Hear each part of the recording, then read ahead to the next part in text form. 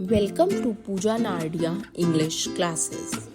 आज के वीडियो में हम करेंगे सिनोनिम्स ऑफ फैट। सबसे पहले जानते हैं सिनोनिम्स का एक्सप्लेनेशन। सिनोनिम्स आर वर्ड्स और phrases that have the same और very similar meanings.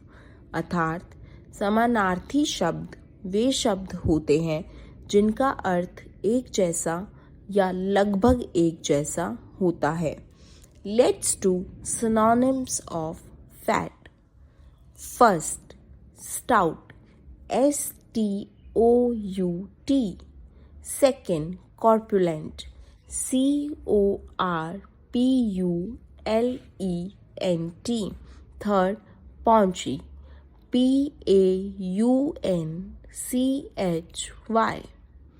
Fourth, plump, PLUMP.